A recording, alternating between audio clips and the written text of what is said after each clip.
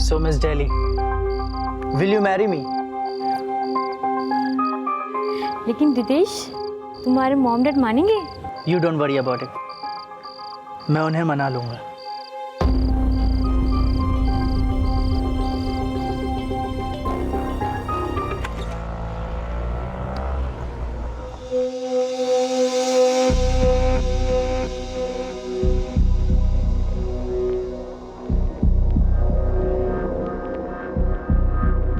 खेड़ा साहब,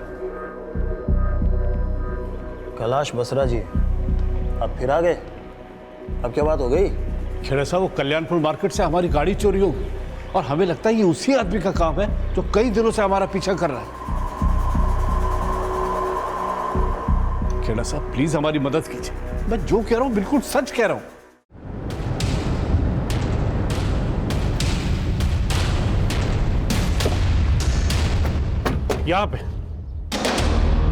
यहां पे हमने गाड़ी खरीदी और यहाँ पास भी गए, आके देखा तो गाड़ी गायब। पता नहीं क्या हो रहा है हमारे साथ, सब जगह देख लिया। अच्छा बसरा जी, हाँ आपकी गाड़ी गोल्डन कलर की है ना?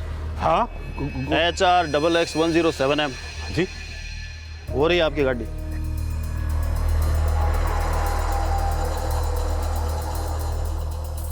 मुझे यही गाड़ी है ना आपकी? हाँ गाड़ी तो यही है, लेकिन हमने वहां खड़ी की थी, ये यहाँ कमाल करते हो बसरा जी आप, हैं? उम्र के साथ साथ जो है आपकी बैम करने की आदत भी बढ़ गई है। गाड़ी यहाँ खड़ी कर रखी है, ढूंढवा रहे हो उसको आप। रोज नई कहानियां बनाते हो आप लोग। अगर आइंदा हमारा वक्त बर्बाद किया ना आपने, तो मैं लीगल एक्शन लूंगा आप लोगों के खिलाफ। चलो भाई।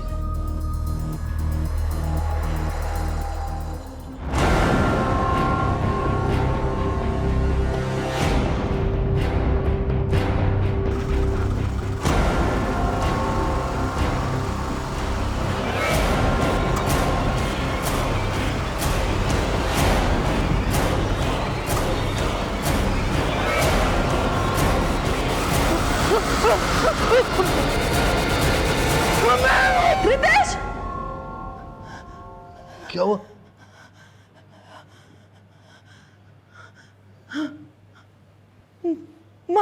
मार डाला मेरे बच्चे को।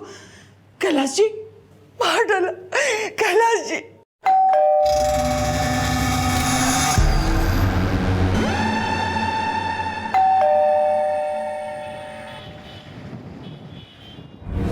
हाँ कैलाश जी, तो बोलिए क्यों मिलना चाहते थे आप मुझसे?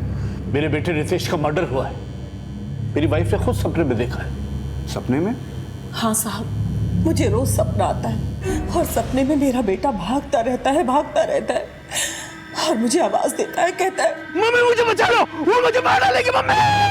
साहब, मेरे बेटे रितेश को उसकी पत्नी मानसी नहीं मारा है साहब। एसपी साहब, हम उसे फांसी पे चढ़वाना चाहते हैं।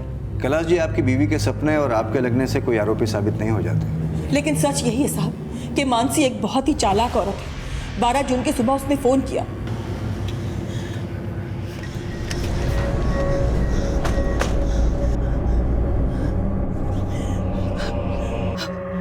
रितेश, मेरा बच्चा। मानसी सबके सामने कहानी तो यही बना ली थी कि रितेश की मौत नेचुरल है, उसे हार्ट अटैक आया था। अगर हार्ट अटैक आया था तो उसने रितेश को किसी डॉक्टर के पास ले जाने की कोशिश नहीं की थी? एसपी साहब, दिखावे के लिए उसने सब कुछ किया था। एम्बुलेंस भी बुलाई थी, लेकिन जब वो रितेश को हॉस्पिटल लेके पहुंचे तो वहां पे उन्होंने उसे डेड डिक्लेयर कर दिया। तो आपने पहले ही पुलिस कंप्लेंट क्यों नहीं की? क्या करते एसपी साहब, सब लोग सदमे में थे। वो मानसी ने रितेश की अंतिम संस्कार की सारी तैयारियां पहले से कर रखी थी। हम लोग सख्ते में बस देखते ही रह गए और रितेश का दाह संस्कार भी हो गया। यानी पोस्टमार्टम की कोई गुंजाइश ही नहीं बची। तो कैसे साबित होगा कि मर्डर हुआ था या हार्ट अटैक आया था? कोई सबूत है आपके पास कि मानसी ने ही रितेश का मर्डर किया था? हाँ सर, उसे रितेश की मौत का कोई दुख ही नहीं। उसके मरने के बाद वो बिल्कुल नॉर्मल हो गई। और रितेश का मर्डर करके मानसी का मकसद उसका बिजनेस और उसकी प्रॉपर्टी पे कब्जा करना था। अब वो रितेश की company Basra tiles and marbles की डायरेक्टर भी बन गई है। और हाँ सर, उसका रितेश की मौत के पहले से अफेयर भी चल रहा था। अफेयर? हाँ सर, मानसी एक कैरेक्टरलेस औरत है। उसकी हरकतों के बारे में मेरे बेटे ने खुद अपनी मौत से 6 महीने पहले हमें बताया था। बता तो सही, चोट कैसे लगी? उस औरत ने मुझे इतना बड़ा धोखा दिया है जिसे बताने में मुझे शर्म महसूस हो रही है। धोखा दिया? साफ साफ बोलना, क्या बात हुआ क्या है? पापा, उसका अफेयर चल रहा है। सानिया और मोंटी की खातिर मैं उसे सुधरने का मौका दे रहा हूं, लेकिन वो है कि जब अफेयर नहीं है तो मिलने क्यों जाती उससे? मैं कुछ भी करूं, तुमको उससे क्या? देखो अभी तुम्हारा बहुत हो गया। हाँ, इधर बात करो मुझसे। दोबारा मेरे अफेयर की बात की ना तो मैं सुसाइड कर लूंगी। और हाँ, मरूंगी नहीं, होश में आते बोलूंगी कि तुम्हारी वजह से मैंने सुसाइड किया, तुमने मुझे मजबूर किया था। आप इतना कुछ जानते थे, फिर भी आपने रितेश की मौत के बाद कोई एक्शन नहीं लिया। यही तो गलती की सर। उस औरत के नाटक ने हमें ये सोचने पे मजबूर कर दिया कि रितेश का शक उसकी गलतफहमी है, लेकिन हम लोग गलत थे। रितेश का शक एकदम सही था और हमने उस औरत से इनडायरेक्टली पूछने की कोशिश भी की। बहू जी पापा। मुझे तुमसे एक बात पूछनी थी। हाँ जी, पूछिए। बेटा, ये रितेश को अचानक हार्ट अटैक आया, एक्चुअली वो कुछ मेडिसिन लेते थे। कैसी मेडिसिन? शायद हार्ट प्रॉब्लम से रिलेटेड मेडिसिन लेते थे। हम लोग सोनीपत के हर क्लिनिक में गए, लेकिन कहीं से पता नहीं चला कि रितेश किसी डॉक्टर से कंसल्ट कर रहा है। और 2 महीने पहले हम लोग सोनीपत पुलिस स्टेशन में भी गए। वहां पे इंस्पेक्टर खेड़ा को हमने सब कुछ बताया, लेकिन वो बोले कि देखिए, आपके लड़के का अंतिम संस्कार हो चुका है, इसलिए अब हम कुछ नहीं कर सकते। लेकिन हमने हार नहीं मानी एसपी साहब। मानसी के खिलाफ सबूत और गवाह इकट्ठे करने के लिए हम सोनीपत के हर मेडिकल स्टोर में गए, ये पता लगाने कि रितेश उनसे हार्ट की बीमारी की कोई दवाई लेता था क्या। तभी हमें लगा कि कोई हमारा पीछा कर रहा है।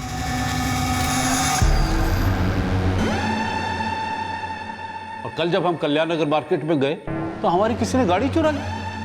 और जब हम बाद में इंस्पेक्टर खेड़ा को लेकर वहां पहुंचे तो हमारी गाड़ी कुछ दूर पे खड़ी हुई मिली। उन्हें लगा कि हम लोग झूठ बोल रहे हैं और उनके जाने के बाद मेरे फोन से मेरी वाइफ के फोन पे कॉल आया। सर, हमें लगता है कि वो कॉल मानसी के लवर ने ही की होगी।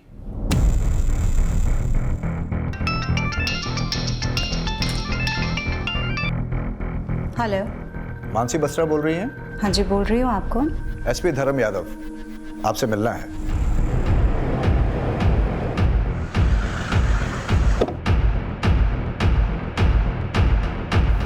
सर, मेरे सास ससुर को शक करने की आदत है। हाथ धोकर पीछे पड़ गए हैं वो मेरे। तंग आ गई हूँ मैं ये रोज रोज के ड्रामे से। सर, आप एक काम कीजिए, मुझे अरेस्ट कीजिए और जेल में डाल दीजिए। देखिए, अगर हमें ऐसा करना होता तो हम आपको बोलने का मौका ही नहीं देते। रितेश को दिल की बीमारी थी या उसका हार्ट अटैक एक प्लान्ड मर्डर था? ऐसा कुछ नहीं था सर। सच तो ये है कि मेरे सास ससुर को मैं कभी पसंद ही नहीं थी। पिछले 20 सालों से मैं उनकी नफरत झेल रही हूँ।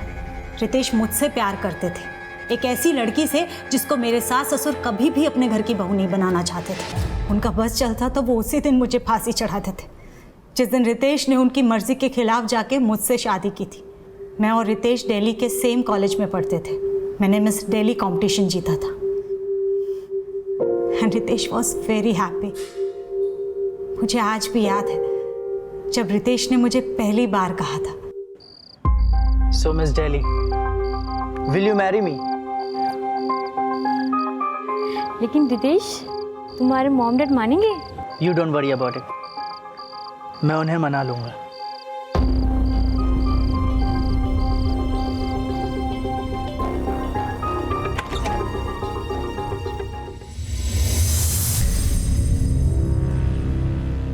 बेटे की जिद के आगे वो झुक तो गए, लेकिन कभी वो मुझे दिल से अपना ही नहीं पाए।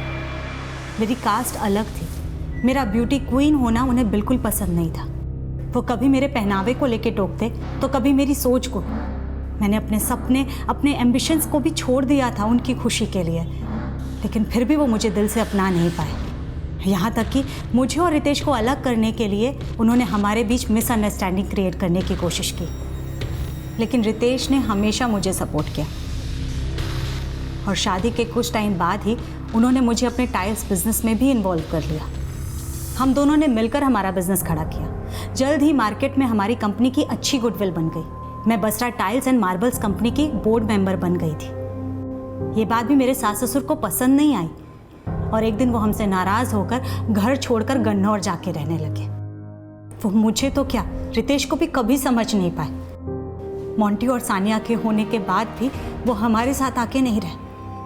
और अब रितेश। लेकिन रितेश की मौत से 6 महीने पहले रितेश ने उन्हें बताया था कि आपका किसी से अफेयर था। मानसी एक कैरेक्टरलेस औरत है। उसकी हरकतों के बारे में मेरे बेटे ने खुद अपनी मौत से 6 महीने पहले हमें बताया था। और इस बात को लेकर आप दोनों के बीच में झगड़ा भी हुआ था। आपने रितेश को सुसाइड करने की धमकी दी थी, ब्लैकमेल किया था और एक फोटो फ्रेम से रितेश के सर पे वार भी किया था। सर ऐसा कुछ नहीं हुआ था, मेरा कोई अफेयर नहीं है। सर हमारी बिजनेस को लेकर के एक मामूली सी आर्ग्यूमेंट हुई थी और उसी में रितेश को चोट लग गई थी।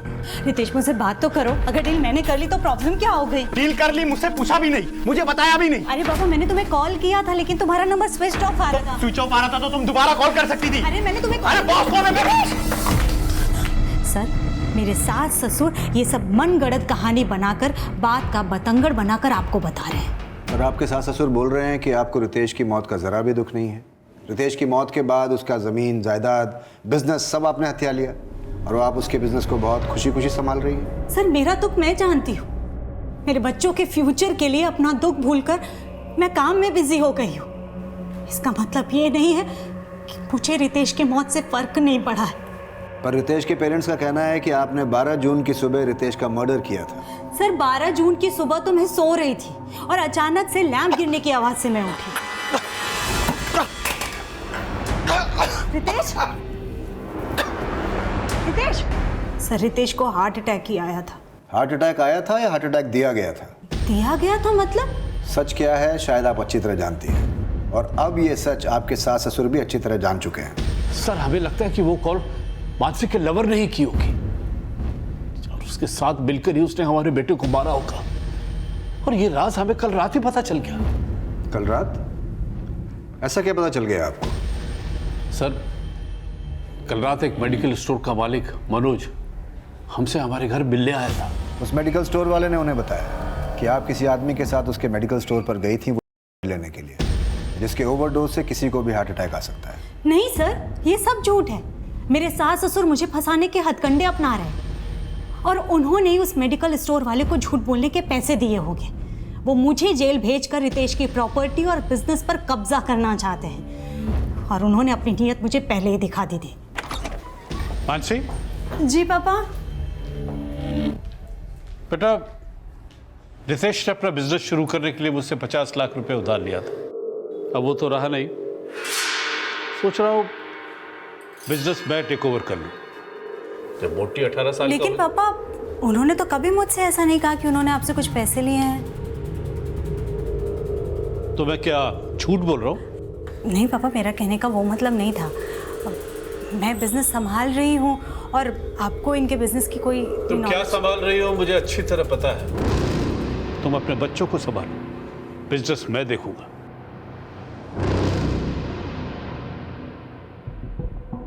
सर वो मुझे बिजनेस से दूर करके 4 दीवारी में बंद करके रखना चाहते थे, लेकिन जब मैंने ऑब्जेक्शन किया तो उनका ईगो हर्ट हो गया।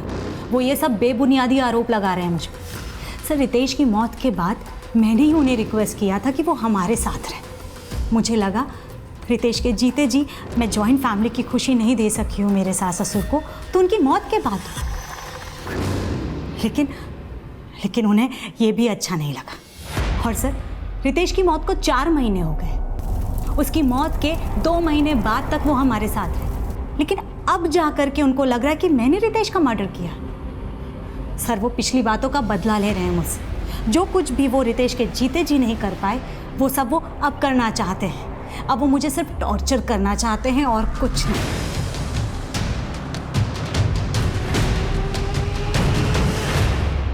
बहुत चालाक औरत है, कहीं ऐसा ना हो कि हमारे खिलाफ पुलिस को भड़का दे। कुछ नहीं कर सकती वो। रितेश के बच्चे, रितेश का घर और उसका बिजनेस हमारा होगा। चारों खाने चित होगी वो। रितेश की मौत हुए कई महीने बीत चुके थे, बॉडी का अंतिम संस्कार हो चुका था और पोस्टमार्टम की कोई गुंजाइश नहीं थी। उनका कहना था कि रितेश की मौत को हार्ट अटैक बताने वाली उसकी बीवी मानसी बसरा ने ही रितेश की हत्या की थी। वो ये सफाई दे रहे थे कि उन्हें पहले मानसी पर शक नहीं हुआ था, लेकिन अब उनका शक गहरा हो गया था। लेकिन क्या उनके दावे में कोई सच्चाई थी? उनकी लगातार मांग को देखते हुए सोनीपत पुलिस के एसपी धर्म यादव उनके शक को एक मौका देना चाहते थे और महीनों पहले गुजर चुके रितेश बत्रा की नेचुरल डेथ के मर्डर होने की संभावना को पुख्ता करने के लिए एक स्पेशल इन्वेस्टिगेशन टीम का गठन किया गया और उसकी अगुवाई सौंपी गई क्राइम ब्रांच के इंस्पेक्टर कुलदीप हुडा को। सर, ना मैं रितेश बसरा को जानता हूँ ना मानसी बसरा को, लेकिन जब उनके पेरेंट्स मेरी शॉप पर आए और उन्होंने पूछा कि रितेश बसरा हमसे हार्ट से रिलेटेड दवाइयाँ लेता है क्या, तो मैंने उन्हें मना कर दिया। लेकिन जब वो चले गए तो मेरा एम्प्लॉय मेरे पास आया और उसने मुझे बताया। सर, वो तो रितेश बसरा की फ़ोटो थी ना? रितेश बसरा को? बसरा टाइल्स एंड मार्बल का मालिक जो है वो आई थी हमारी दुकान पे, आपको याद है? सर, उसके ऐसा कहते ही मैंने नेट पे रितेश बसरा के बारे में सर्च किया तो मुझे पता चला कि उसकी डेथ तो काफ़ी दिनों पहले हो चुकी है। और सर, मैंने नेट पे जब फिर से मानसी बसरा का फोटो देखा तो मुझे याद आया कि मानसी बसरा हमारे शॉप पर आ चुकी है किसी और आदमी के साथ। जानते हो मानसी बसरा का क्या कहना है? उसका तुम्हारे बारे में यह कहना है कि उसने तुम्हारी दुकान से खरीदा ही नहीं, बल्कि उसका तो यह भी कहना है कि तुम्हें यह बयान देने के लिए रितेश के पेरेंट्स ने पैसे दिए। सर, मैंने किसी से पैसे नहीं लिया सर, उल्टा उनके पेरेंट्स की एक बात तो मुझे खुद अजीब लगी। कौन सी बात? सर, उन्होंने कहा था कि रितेश लापता है, जबकि जब मैंने सर्च किया था तो मुझे पता चला था कि उसकी डेथ तो 4 महीने पहले ही हो चुकी है। रितेश के पेरेंट्स ने तुमसे यह कहा कि रितेश लापता है? जी सर, यही तो बताया था उन्होंने। दरअसल में हमारा बेटा 2 महीने से लापता है, कहीं मिल नहीं रहा। रितेश के माता पिता ने पुलिस से कहा था कि रितेश को हार्ट अटैक नहीं आया था, बल्कि उसकी बीवी मानसी ने ही उसका मर्डर किया था। लेकिन उस मेडिकल स्टोर वाले को वो ये क्यों बोल रहे थे कि रितेश लापता है? उन्होंने पुलिस को बताया कि वो सोनीपत के हर मेडिकल स्टोर पर यह पता करने की कोशिश कर रहे थे कि क्या रितेश उनके पास दिल की बीमारी की कोई दवा लेने आता था या नहीं। लेकिन जब बाकी मेडिकल स्टोर्स पर पूछताछ की गई तो रितेश के माता पिता की भूमिका सवालों के घेरे में आ गई। हाँ सर, ये दोनों यहाँ आए। ये हमारा बेटा है रितेश, इसे दिल की बीमारी है। इसने कभी कोई दवाई खरीदी आपसे? नहीं अंकल, लेकिन आप ये सब क्यों पूछ रहे हैं? दरअसल में हमारा बेटा 2 महीने से लापता है, कहीं मिल नहीं रहा। उन्होंने तुमसे ये बोला उनका बेटा रितेश मिल नहीं रहा है, या ये बोला था कि उसके बेटे की हत्या हो गई है? हत्या नहीं सर, ऐसा तो उन्होंने कुछ नहीं कहा। सर, कैलाश बसरा और पम्मी बसरा के कई झूठ हमारे सामने आए। कभी कहते थे गाड़ी चोरी हो गई है, कभी कहते थे मोबाइल चोरी हो गया। वो लोग आपके पास सबसे पहले कब आए थे? सर, ये कोई 2 महीने पहले आए थे वो, और वो ये कह रहे थे कि उनके लड़के रितेश का खून जो है वो उनकी बहू मानसी बसरा ने किया है। तो आपने क्या एक्शन लिया? सर, एक्शन लेने का तो कोई सवाल ही नहीं उठता, क्योंकि जब वो यहाँ आए थे उससे 4 महीने पहले तो लाश का दाह संस्कार हो गया था, तो सबूत तो कोई बचा ही नहीं था, तो फिर एक्शन कैसे लेते? और सर, एक दिन यहाँ आके कहने लगे कि उनकी बहू मानसी अपने लवर से उन्हें मरवाना चाहती है। लेकिन जब हमने मानसी का बैकग्राउंड चेक किया तो हमने पाया कि उसका तो कोई अफेयर था ही नहीं। क्या सर, आप भी इंस्पेक्टर खेड़ा की तरह हमें झूठा बोल रहे हैं? लगता है आप भी मानसी की बातों में आ गए। मानसी तो क्या, हम आपकी बात का भी तब तक विश्वास नहीं करेंगे जब तक कोई सबूत हाथ नहीं लग जाता। कैलाश जी, एक बात बताइए, आप केमिस्ट शॉप्स पे जा जाके ये क्यों कह रहे थे कि रितेश लापता है, जबकि रितेश की मौत 12 जून को हो चुकी थी? रितेश खुद की मौत नहीं मरा है, मर्डर हुआ था उसका। और हम हर केमिस्ट की दुकान पे जा जाके ये पूछ रहे थे कि रितेश उनकी दुकान से दिल की बीमारी की कोई दवाई खरीदता था या नहीं। अगर हम उन्हें बताते कि वो मर चुका है, उसका मर्डर हो चुका है, तो वो लोग डर जाते और सच नहीं बताते। लेकिन वो मनोज केमिस्ट, उसने तो बताया ना कि मानसी उसकी दुकान पे खरीदने आई थी। लेकिन उसी केमिस्ट का ये कहना है कि उसने मानसी को कोई नहीं बेची। तो क्या हुआ, उसने किसी और दुकान से खरीदी होगी? हाँ साहब, और उसने वही दवा देकर के मेरे बेटे को हार्ट अटैक कराया। आप लोग इतने यकीन के साथ कैसे कह सकते हैं? रितेश की जब मौत हुई आप दोनों गन्नौर में थे। रितेश का मर्डर हुआ है या नहीं है इस बात का ना तो कोई सबूत है और ना ही कोई गवाह।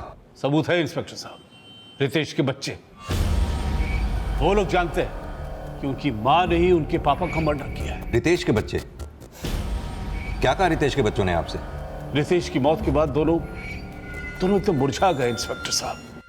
मोटी तो बच्चा है, लेकिन सानिया इस रात को जानती है, और यही कारण है कि मानसी सानिया को विदेश भेजने की कोशिश कर रही है। सानिया,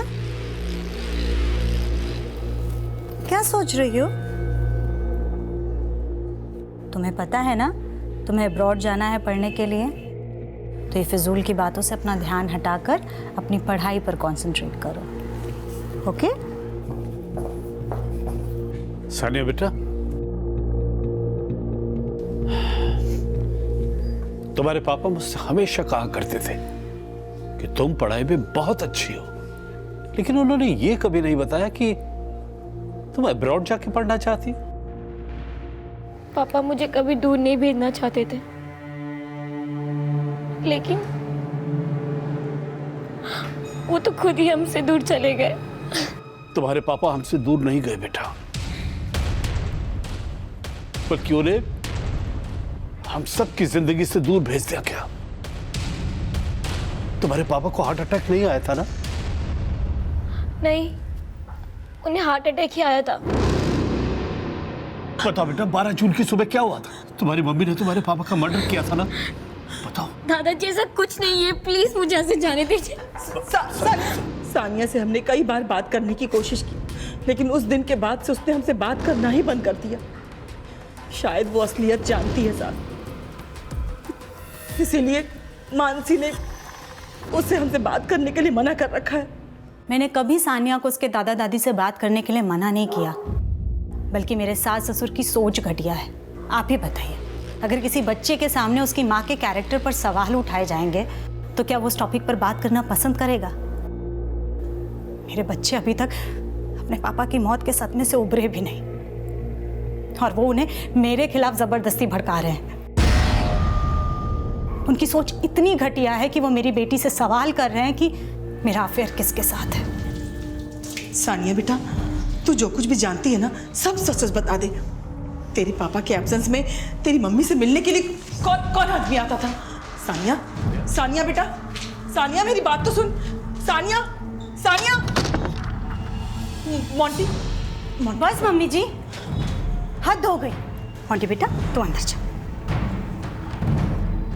मम्मी जी क्या हो गया है आपको?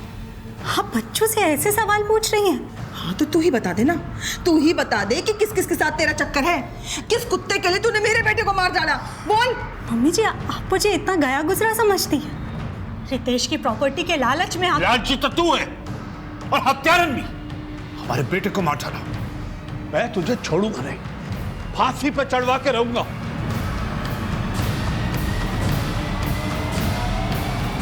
उसके बाद वो हमारे नेबर्स और कंपनी एम्प्लॉय से अजीब अजीब तरह के उल्टे उल्टे सवाल कर रहे थे कि मेरा अफेयर किसके साथ है, लेकिन उन्हें कुछ हासिल नहीं हुआ क्योंकि वो झूठ को सच साबित करने की कोशिश कर रहे थे। लेकिन वो केमिस्ट तो अभी भी अपने बयान पे कायम है। उसका कहना है कि आपने उसकी दुकान से खरीदने की कोशिश की थी। उसका तो ये भी कहना है कि उस वक्त आपके साथ एक आदमी भी था। वहीं रितेश के पेरेंट्स को शक है कि आपका किसी के साथ अफेयर था। उनको कोई आदमी फॉलो कर रहा है जिसने उन्हें थ्रेट कॉल दी। उनका ये भी मानना है कि आपके लवर ने उनको जान से मारने की कोशिश की क्योंकि वो आपके खिलाफ सबूत इकट्ठा कर रहे थे। ये सब झूठ है, बल्कि सच तो ये है कि कोई मेरा पीछा कर रहा है।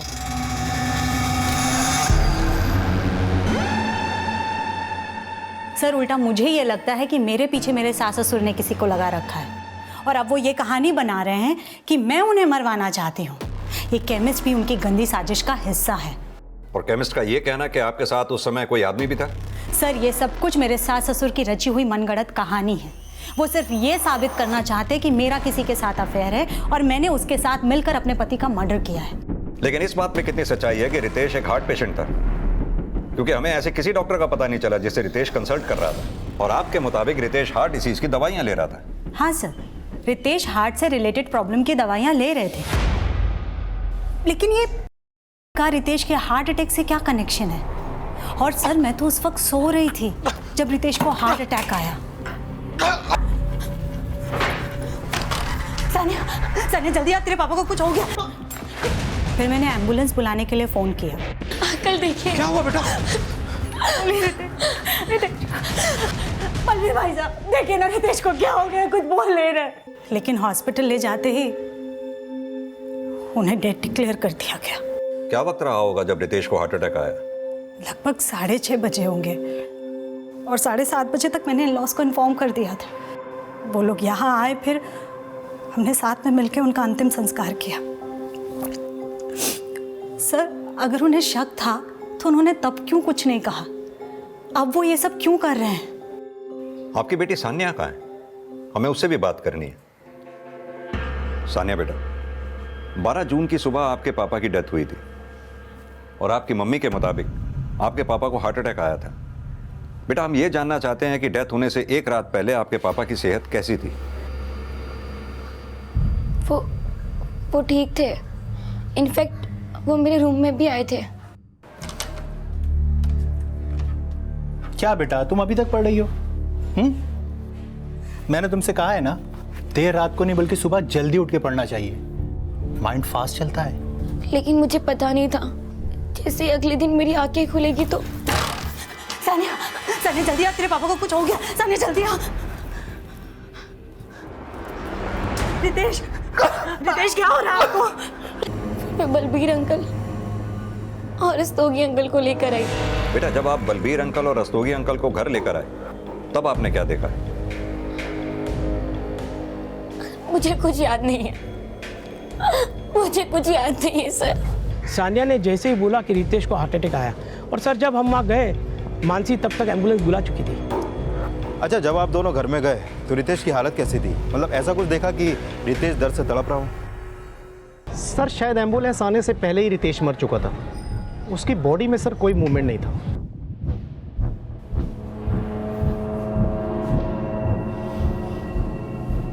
रितेश जब बाथरूम से निकला तो उसकी छाती में दर्द हो रहा था।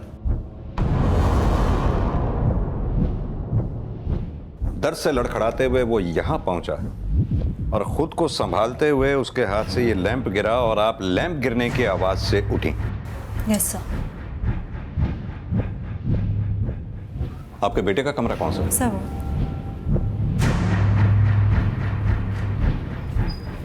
आप प्लीज यहीं रुकिए।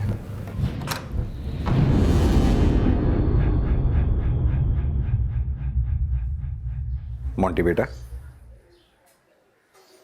गेम खेल रहे हो?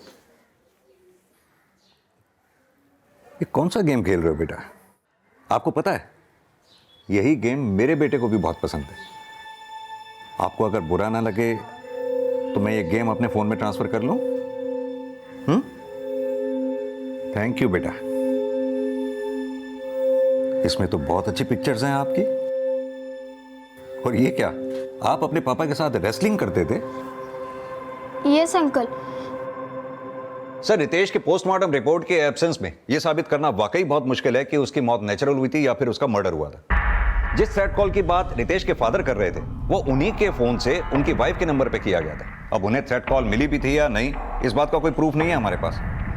और ना ही सर इस बात का कोई प्रूफ है हमारे पास कि रितेश के फादर की गाड़ी को चुराने की कोई कोशिश भी की गई थी। यही गाड़ी है ना आपकी? ये सब हकीकत है या कहानियां? हमें इन सभी एंगल्स को अच्छे से इन्वेस्टिगेट करना होगा। सर अजीत, तो मानसी और उसके सास ससुर के कॉल डिटेल्स और सारी एक्टिविटीज चेक करो, पता करो क्या रितेश को वाकई हार्ट प्रॉब्लम थी। विक्रम, तो मानसी के ऑफिस जाकर सबसे अच्छी तरह से पूछताछ करो।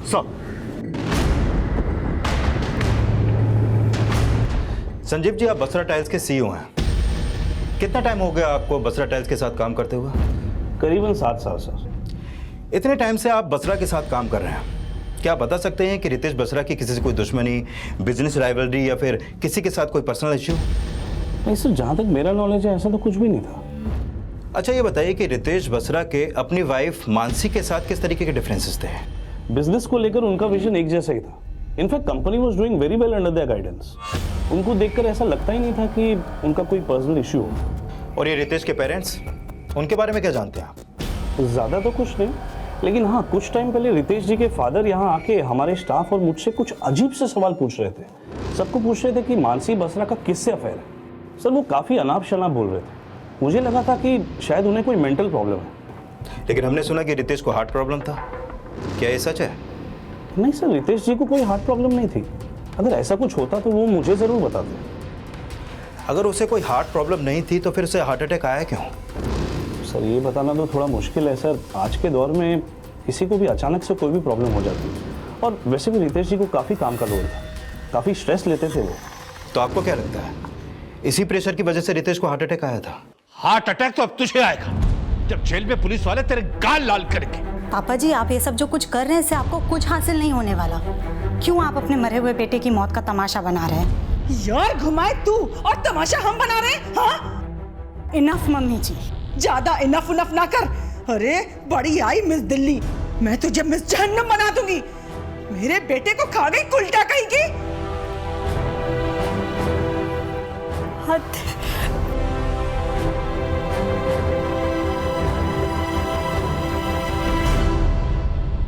सर मैंने मानसी के कॉल रिकॉर्ड चेक किए, लेकिन ऐसा कोई लीड नहीं मिला जिससे पता चले कि उसका कोई लवर भी है। मैंने उसकी एक्टिविटीज भी चेक की। वो रोज सुबह 8 बजे अपने घर से जिम जाने के लिए निकलती है।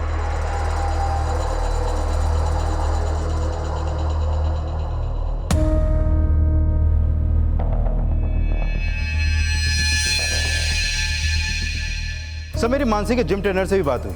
सर वो सुबह 8 बजे के करीब आती थी और 1-1.5 घंटे में वर्कआउट करके निकल जाती थी। वो जिम करने के बाद करीब 10 बजे अपने घर पहुंचती है और करीब 11 बजे वो अपने घर से ऑफिस के लिए निकलती है और रात 10 से 11 बजे तक वो ऑफिस से अपने घर पहुंचती है। मैंने उन सभी के कॉल रिकॉर्ड चेक किए जिनसे वो मिलती थी, लेकिन सर ऐसी कुछ भी बात नहीं निकली जिससे पता चले कि उसका कहीं पर कोई अफेयर चल रहा है। कहते हैं कि किसी किताब के सिर्फ कवर को देखकर पूरी किताब को जज करना सही नहीं होता है, लेकिन पुलिस लगातार मानसी बसरा की जिंदगी से जुड़े कई पन्ने पलट पलट कर देख रही थी, लेकिन अभी तक उन्हें वो पन्ना नहीं मिला था जिसके आधार पर रितेश के माता पिता ने मानसी के चरित्रहीन होने की कहानी पुलिस को सुनाई थी। सर मैंने रितेश के फादर कैलाश के कॉल रिकॉर्ड चेक किए। सर इस रिकॉर्ड में एक नंबर ऐसा मिला है जिससे उनकी लगातार बातें होती रहती हैं। किसका नंबर है वो? सर ये नंबर प्राइवेट डिटेक्टिव कौशल सांगवान का है। Private detective? हाँ सर।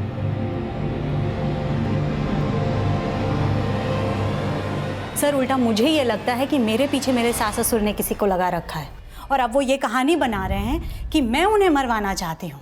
रितेश बसरा के पेरेंट्स को कौन फॉलो करता था इसका तो कोई लीड नहीं मिला, लेकिन हाँ हो सकता है मानसी बसरा को फॉलो करने वाला ये प्राइवेट डिटेक्टिव कौशल सांगवान ही हो।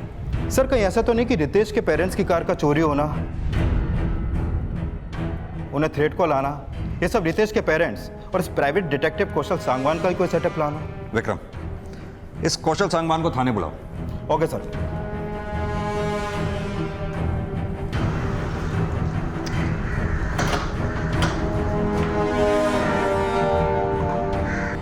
सर कैलाश बसरा जी ने मुझे हायर किया था ताकि मैं उनके बेटे रितेश बसरा के मर्डर के एविडेंस कलेक्ट कर सकूं, क्योंकि सर बिना एविडेंस के तो आप लोग भी कोई एक्शन नहीं ले रहे थे। तो फिर आपने क्या एक्शन लिया मिस्टर कौशल सांगवान? सर मैं ये पता लगाने की कोशिश कर रहा था कि मानसी बसरा का किसी से अफेयर। तो तुम मानसी बसरा को लगातार फॉलो कर रहे थे?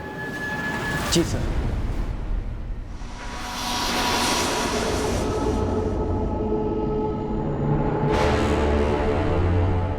तो क्या लगता है मानसी बसरा का किसके साथ अफेयर है? सर इस बात का मुझे कोई स्ट्रॉन्ग प्रूफ नहीं मिला। और वो कौन है जो तुम्हारे क्लाइंट रितेश के पेरेंट्स को फॉलो किया करता था, थ्रेट कॉल देता था? सर मैं इस बात का भी पता नहीं लगा पाया। तो फिर पता क्या लगाया आपने? सर मैं ये पता लगाने की कोशिश कर रहा था कि 12 जून की सुबह रितेश बसरा की मौत का राज क्या है। सर मैंने 11 जून की रात से लेकर 12 जून की सुबह तक उसके घर के आसपास होने वाली हर एक्टिविटी को चेक किया। सर कल्याण नगर में एक लड़का है जो रोज सुबह 5:30 बजे अखबार डालने आता है।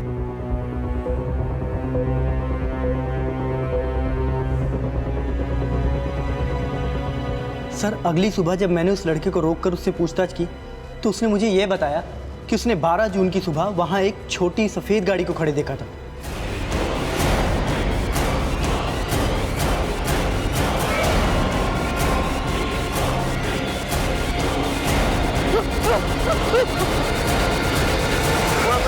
रितेश!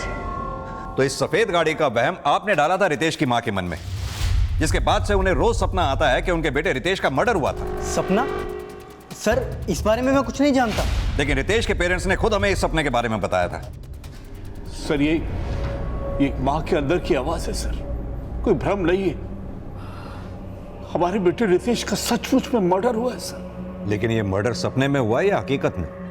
हकीकत क्या है ये आप पता लगाइए, लेकिन हमें पक्का यकीन है कि हमारे रितेश को उस मानसी नहीं मारा है।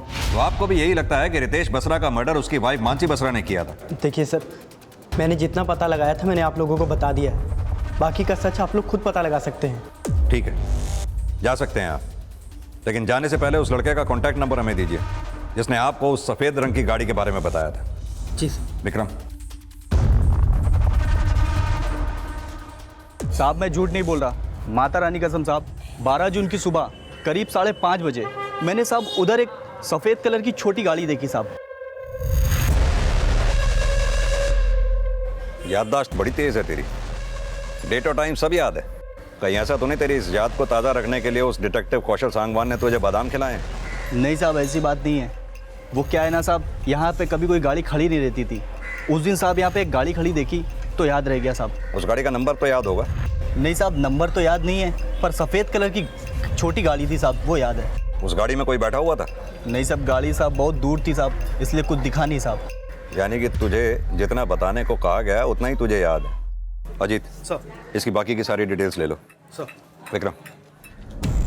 विक्रम, अगर इस अखबार वाले की बात को सच मान लिया जाए तो क्या वाकई 12 जून की सुबह कोई सफ़ेद रंग की गाड़ी आई थी जिसमें से निकल के कोई रितेश के घर गया होगा? सर, मानसी ने बोला था कि उसकी आंख तब खुली जब रितेश को हार्ट अटैक आया था। ऐसे भी तो हो सकता है कि किलर मानसी का लवर नहीं कोई और है जो सफ़ेद गाड़ी से रितेश के घर पर आया और किसी और मोटिव से रितेश का मर्डर किया। लेकिन मानसी ने तो कहा था कि रितेश की मौत हार्ट अटैक की वजह से हुई थी। विक्रम, कहीं ऐसा तो नहीं कि रितेश को के ओवरडोज दे के हार्ट अटैक दिलवाया गया हो? उस केमिस्ट ने भी तो कहा था कि मानसी उसकी दुकान पे किसी आदमी के साथ खरीदने के लिए आई थी। लेकिन सर, उस शॉप वाले ने स्टेरॉइड दिया नहीं था और मानसी ने माना नहीं है कि वो उस शॉप पर गई थी। एक काम करो, आसपास के लोगों से अच्छी तरह से पूछताछ करो, पता करो क्या वो सफ़ेद रंग की गाड़ी अक्सर यहाँ आया जाया करती थी। आसपास जितने भी सीसीटीवी हैं सबकी फुटेजेस खंगालो, क्या पता किसी फुटेज में वो सफ़ेद रंग की गाड़ी कैप्चर हुई है। Okay sir. क्या वाकई मानसी ने खरीदने की कोशिश की थी, या फिर उस मेडिकल स्टोर ओनर का बयान रितेश के माता पिता और उनके प्राइवेट डिटेक्टिव कौशल सांगवान की कोई साजिश थी? रितेश के माता पिता को जो कॉल किया गया था, क्या वो सच्चा था या फिर साजिश? इस केस में ऐसे कई सवाल थे जिनके जवाब पुख्ता नहीं थे, लेकिन जल्द ही पुलिस को एक ऐसी लीड मिली जिसने इस केस को एक नई दिशा दे दी। सर, मैंने कल्याण नगर एरिया के 11 और 12 जून के सीसीटीवी फुटेज चेक किए जिनमें 15 वाइट छोटी गाड़ियां कैप्चर हुई हैं और मैंने हर गाड़ी का रजिस्ट्रेशन नंबर चेक किया सर। सर, इन 15 गाड़ियों में से एक गाड़ी संधू कोहली के नाम पर रजिस्टर्ड हुई है। संधू कोहली? हाँ सर, वही लोकल गुंडा जिसके खिलाफ पहले भी कई शिकायतें दर्ज हुई हैं और अभी इसका फोन भी बंद है।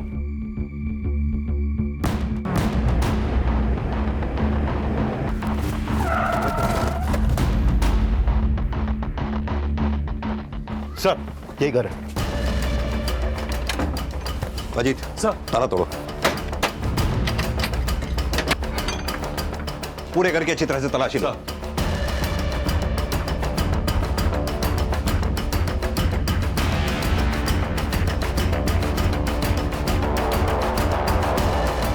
एक मिनट।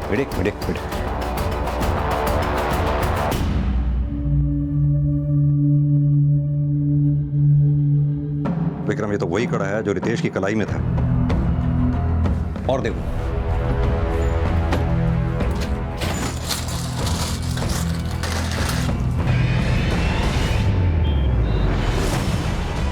नहीं सर, हम इस आदमी को नहीं जानते। लेकिन इसके घर से ये मिला है जिस पर आपके हॉस्पिटल का लेबल है। यस सर, ये हमारे हॉस्पिटल का है, मैं चेक करता हूँ। सर, ये है विक्रम सौरी जो सोनीपत मेडिकल हॉस्पिटल में एज ए कंपाउंडर काम करता है। सर, मैंने इसके और संधू दोनों के कॉल रिकॉर्ड चेक किए, दोनों में अक्सर काफ़ी बातें होती थी और 12 जून की सुबह इन दोनों के फ़ोन की लोकेशन रितेश के घर के पास की ही थी। यानी कि इस विक्रम सोडी का कनेक्शन रितेश की मौत से हो सकता है। और सर, इन दोनों का फ़ोन कल पानीपत में बंद हुआ था और पता चला है कि पानीपत में बसरा टाइल्स एंड मार्बल्स का गोदाम भी है। ये विक्की क्यों नहीं आया अभी तक? समझ में नहीं आ रहा है। और ये विक्की ने हमें यहाँ छुपने के लिए क्यों कहा है? संजीव, मैं एक बिजनेस मीटिंग के लिए मलेशिया जा रही हूँ। Handle everything, will contact you after I reach there. Sure.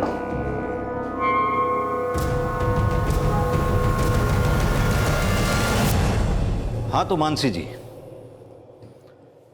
तुम्हारे जिम ट्रेनर से ही मिलके आ रहा हूं मैं। मानसी जी, अब सारी कहानी मैं ही सुनाऊंगा या तुम भी कुछ बोलोगी?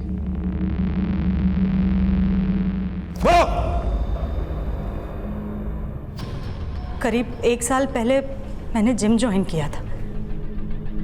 विक्की वॉज माई ट्रेनर और मैं उसके करीब आ गई थी, लेकिन रितेश को हमारे रिलेशन के बारे में पता चल गया था। रितेश ने मुझे डिवोर्स देने की धमकी दी और कहा कि घर और बिजनेस में से मुझे कुछ हिस्सा नहीं मिलेगा। संधू ने बताया कि अगर ज़्यादा क्वांटिटी में दिया जाए तो किसी को भी हार्ट अटैक हो सकता है। उस दिन मैं विक्की के ही साथ उस केमिस्ट के लेने गई थी। लेकिन उस केमिस्ट ने दिया नहीं। फिर संधू ने बताया कि उसका एक दोस्त हॉस्पिटल में काम करता है, वो अरेंज कर देगा। और फिर 12 जून की सुबह 5 बजे विक्की, संधू और उसका दोस्त विक्रम घर पर आए थे। विक्रम ने रितेश की बॉडी में स्टेरॉइड इंजेक्ट करने की कोशिश की, लेकिन रितेश जग गया और हाथापाई में सिरिंज टूट गई। तुम्हारे सास ससुर का पीछा कौन कर रहा था? उन्हें जान से मारने की धमकी किसने दी थी? जब मुझे पता चला कि वो मेरे खिलाफ सबूत इकट्ठा कर रहे हैं तो विक्की ने संधू को उन्हें थ्रेट देने को कहा था, लेकिन मैं उन्हें मारना नहीं चाहती थी। लेकिन तुमने विक्की को बोला कि विक्रम और संधू को मार दे, इसलिए उसने जान से मारने की उन्हें कोशिश की ताकि तुम दोनों की असलियत कभी बाहर ना आ सके, राइट? तुम लोगों ने रितेश को मारा, यह बात तुम्हारी बेटी सानिया जानती थी?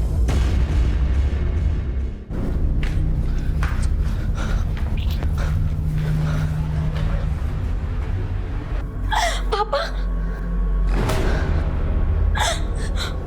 तुमने क्या कर रही हो? आपने मेरे पापा को मार दिया ना, मैं आपको जेल भेजूंगी। तुम मुझे जेल भिजवाओगी तो तुम्हारा अब्रॉड जाने का सपना कैसे पूरा होगा? खबरदार, अगर कभी भी किसी के भी आगे ये बात बताई तो। और अब जा करके बलबीर अंकल और रस्तोगी अंकल को बुलाओ और हाँ, उनसे कहना कि पापा को कुछ हुआ है, ठीक है? जाओ, जल्दी जाओ। रितेश,